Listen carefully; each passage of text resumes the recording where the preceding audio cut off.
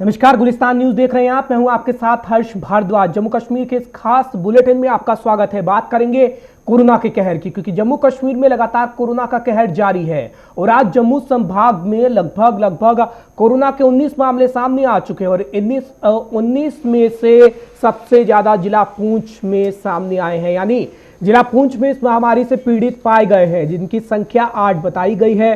वहीं उधमपुर में 3, राजौरी में भी 3, सांबा में 1 और जिला उधमपुर में 4 लोगों को इस महामारी ने अपनी चपेट में ले लिया है। नगरोटा की अगर बात करें तो नगरोटा के जक्ती इलाके में स्थित कश्मीरी पंडितों की कॉलोनी में भी एक पुलिसकर्मी कोरोना वायरस से संक्रमित पाया गया है, जिसकी यात्रा का जो इतिहास है वो अनंतनाग बताया जा रहा है। पुलिस ने आज जक्ती कॉलोनी की एक लेन को सील कर दिया और संक्रमित के संपर्क में आए लोगों की निशानदेही भी शुरू कर दी गई। वहीं आरएसपुरा की अगर बात करें तो आरएसपुरा में इस क्षेत्र में सीमावर्ती गांव को जिस तरीके से यह मामला सामने आया, सीमावर्ती का जो इलाका था कोरोटना कला, उसमें कोरोना पॉजिटिव का एक मामला सामने आने के बाद पुलिस ने इस पूरे क्षेत्र को सील कर दिया। पॉजिटिव पाए गए शख्स की अगर बात करें तो घर के अन्य सदस्य को आज सुबह सैंपलिंग के लिए जम्मू ले जाया गया। वहीं बताया जा रहा है कि पॉजिटिव पाया गया शख्स एसआईटीसी का मुलाजिम है और 29 मई को उधमपुर में उसका सैंपल लिया गया था और मंगलवार को रिपोर्ट में पॉजिटिव आने पर उसे स्वास्थ्य विभाग द्वारा आइसोलेशन के लिए जम्मू शिफ्ट कर दिया गया था। वहीं स्थानीय लोगों ने सभी गांव वासियों की सैंपलिंग करने की मांग की है। उनका कहना है कि पॉजिटिव पाए गए शख्स का कई लोगों से मेल जोल तक हुआ है, जिसके बाद गांव के लोग दहशत में हैं। इस बीच कोरोटना कला गांव में एक शख्स के कोरोना पॉजिटिव पाए जाने के बाद यहां के लोगों ने अपने बचाव के लिए हर संभव उपाय करने शुरू कर दिए हैं। लोगों ने अपने घरों के मुख्य गेट पर बिना आज्ञा अंदर आना सख्त मना है, ऐसा लिख दिया है। उनका कहना है कि यह कदम इसलिए उठाया है कि कोरोना वायरस से कौन कब और कहां कोई संक्रमित हो जाए, इसकी जानकारी किसी को नहीं होती।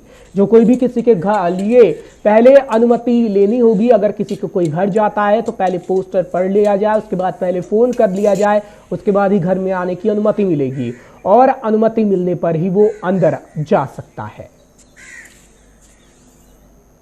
जम्मू कश्मीर में एक बार फिर आतंकियों और सुरक्षा बलों के बीच मुठभेड़ हुई है। दरअसल दक्षिण कश्मीर के कंगन की अगर बात करें तो पुलवामा में सुरक्षा बल और आतंकियों के बीच जारी मुठभेड़ में जैश ए मोहम्मद के 3 आतंकवादियों को मार गिराया गया है। मारे गए आतंकियों के शव सुरक्षा बलों ने अपने कब्जे में ले लिए हैं, जबकि उनके पास से भारी तादाद में हथियार और गोला बारूद भी बरामद हुआ है। इस मुठभेड़ के दौरान सेना का एक जवान भी घायल हुआ, उसे इलाज के लिए सेना ने 92 बेस अस्पताल में भर्ती कराया गया है, जहां उसका इलाज जारी है। वहीं केंद्र शासित प्रदेश जम्मू कश्मीर में सड़कों पर दौड़ने वाली हर तरह की गाड़ियां और यहां तक कि 2 पहिया वाहनों के जिस तरीके से टैक्स में की गई बढ़ोतरी पर ट्रांसपोर्टर भड़क गए हैं। अगर बात करें जिस तरीके से उनका बयान सामने आया और उन्होंने कहा कि अभी पेट्रोल डीजल की बड़ी कीमतों के झटके से ट्रांसपोर्टर उभर भी नहीं पाए थे कि एक और फरमान उन्होंने जिस तरीके से उनको सुनाया गया है, सख्ते में उनको डाल दिया गया। कोरोना के कहर के कारण पिछले कुछ महीनों से बेरोजगार हुए ट्रांसपोर्टरों ने कल से जरूरी सेवाओं की आपूर्ति को बंद करने का ऐलान किया है। ट्रांसपोर्टरों ने कल यानी वीरवार से पेट्रोल डीजल और अन्य जरूरी सेवाओं को रोकने का फैसला लिया। उन्होंने चेतावनी दी कि अगर फिर भी सरकार ने उन्हें राहत नहीं दी तो अपनी गाड़ियां एक एक करके जलाने पर मजबूर हो जाएंगे। वहीं मंगलवार को टोकन टैक्स संबंधी आदेश जारी होने के बाद लोगों में मची खलबली को लेकर ट्रांसपोर्ट कमिश्नर का एक अहम बयान सामने आया है। ट्रांसपोर्टर कमिश्नर प्रदीप कुमार ने साफ तौर पर कहा कि आदेश 1 टाइम टोकन जमा करवा चुके वाहन मालिकों पर लागू नहीं होगा। उन्होंने बताया कि नई दरों से टोकन टैक्स उन वाहन मालिकों से वसूला जाएगा जिन्होंने आंशिक रूप से टैक्स चुकाया है या फिर इसका भुगतान कर नहीं पाए हैं। गौरतलब है कि आदेश जारी होने के बाद लोग लगातार ट्रांसपोर्ट विभाग से संपर्क कर रहे थे और यही वजह है कि ट्रांसपोर्ट कमिश्नर को आज एक बयान जारी करना पड़ा। वहीं वेतन की मांग को लेकर आज बड़ी ब्राह्मणा में वर्करों ने स्टेट सेंट्रल लेबर यूनियन के बैनर तले एक औद्योगिक इकाई के खिलाफ प्रदर्शन किया है। प्रदर्शन कर रहे इन वर्करों का आरोप था कि सरकार की ओर से मजदूरों को लेकर बड़े बड़े दावे किए जा रहे थे, लेकिन जमीनी सतह पर मजदूरों को कुछ नहीं मिल रहा है। इन लोगों के मुताबिक उन्हें पिछले 2 महीनों से वेतन नहीं दिया, जिसके कारण वो भारी आर्थिक तंगी से जूझ रहे हैं।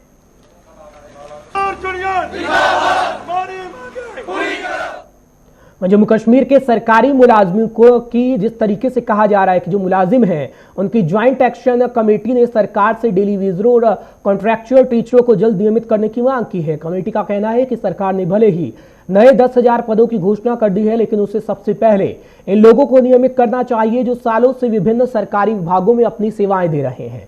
कमेटी के प्रधान बाबू हुसैन मलिक ने कहा कि ज्वाइंट एक्शन कमेटी डेली वेजरों और कॉन्ट्रैक्चुअल टीचरों के साथ कंधे से कंधा मिलाकर चलने को प्रतिबद्ध है और अगर सरकार ने इनकी सुध न ली तो मुलाजिम आंदोलन शुरू करने को मजबूर हो जाएंगे। वहीं जम्मू के ऐतिहासिक रघुनाथ बाजार के दुकानदार जहां आज जिस तरीके से उनको कहा गया कि नो पार्किंग जोन एक तरीके से घोषित कर दिया गया, जिस तरीके से हम आपको रघुनाथ बाजार की खबर दिखा रहे हैं, क्योंकि रघुनाथ बाजार के दुकानदार जहां उनके बाजार को नो पार्किंग जोन घोषित किए जाने से वो प्रशासन से बेहद खफा नजर आए। वहीं रेजिडेंसी रोड के लिए भी प्रशासन ने ऐसा ही फरमान घोषित कर दिया। रेजिडेंसी रोड पर भी पार्किंग पर रोक लगा दी गई और आज लोग गुस्से में भी नजर आए और उन्होंने कहा कि वो अपनी दुकानों को बंद करेंगे। साथ ही साथ उन्होंने चेतावनी दी कि जब तक इस आदेश को वापस नहीं लिया जाएगा तब तक वो दुकानें भी नहीं खोलेंगे। दुकानदारों का कहना है कि इस बाजार में फर्नीचर और कालीन आदि जैसे हैवी ड्यूटी सामान की बिक्री की जा रही है, लिहाजा प्रशासन को ये फरमान उनकी समझ से परे है, इसलिए प्रशासन को जल्द से जल्द अपना फरमान वापस लेना चाहिए।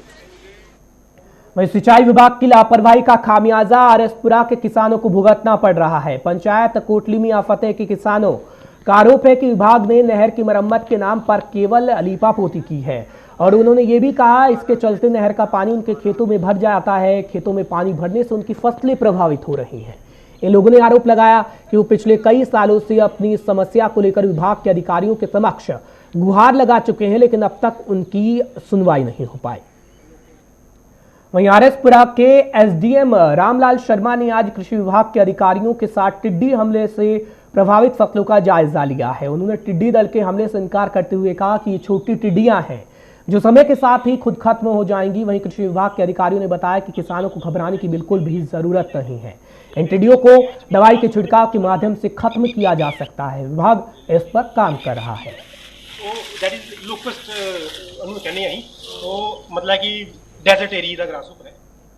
वहीं विश्व हिंदू परिषद द्वारा महाराष्ट्र के पालघर में भीड़ द्वारा मौत के घाट उतारे गए साधुओं को श्रद्धांजलि अर्पित की गई है। इस अवसर पर महाराष्ट्र के मौजूदा हालात पर स्थानीय कलाकारों द्वारा तैयार एक गीत भी पेश किया गया। इस मौके पर विश्व हिंदू परिषद कार्यकारी राज्य प्रमुख राजेश गुप्ता मुख्य रूप से मौजूद रहे।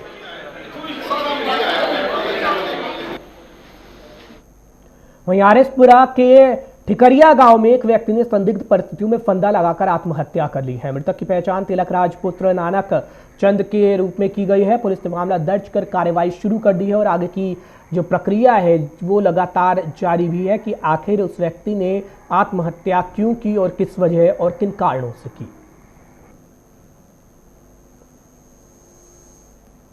जिला पुंछ के जल शक्ति विभाग के डेली वेजरों ने सरकार की नई रिक्रूटमेंट पॉलिसी की निंदा की है। पीएच यूनियन पुंछ के जिला प्रधान मकबूल हुसैन के मुताबिक जम्मू कश्मीर सरकार ने डेली वेजरों को नियमित करने की बजाय नई भर्ती प्रक्रिया शुरू कर दी है, जिसे सही नहीं ठहराया जा सकता है।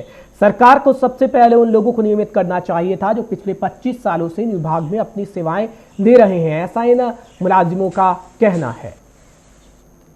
इस वक्त के बुलेटिन में फिलहाल इतना ही। देश और दुनिया की तमाम खबरों के लिए आप बने रहिए हमारे साथ।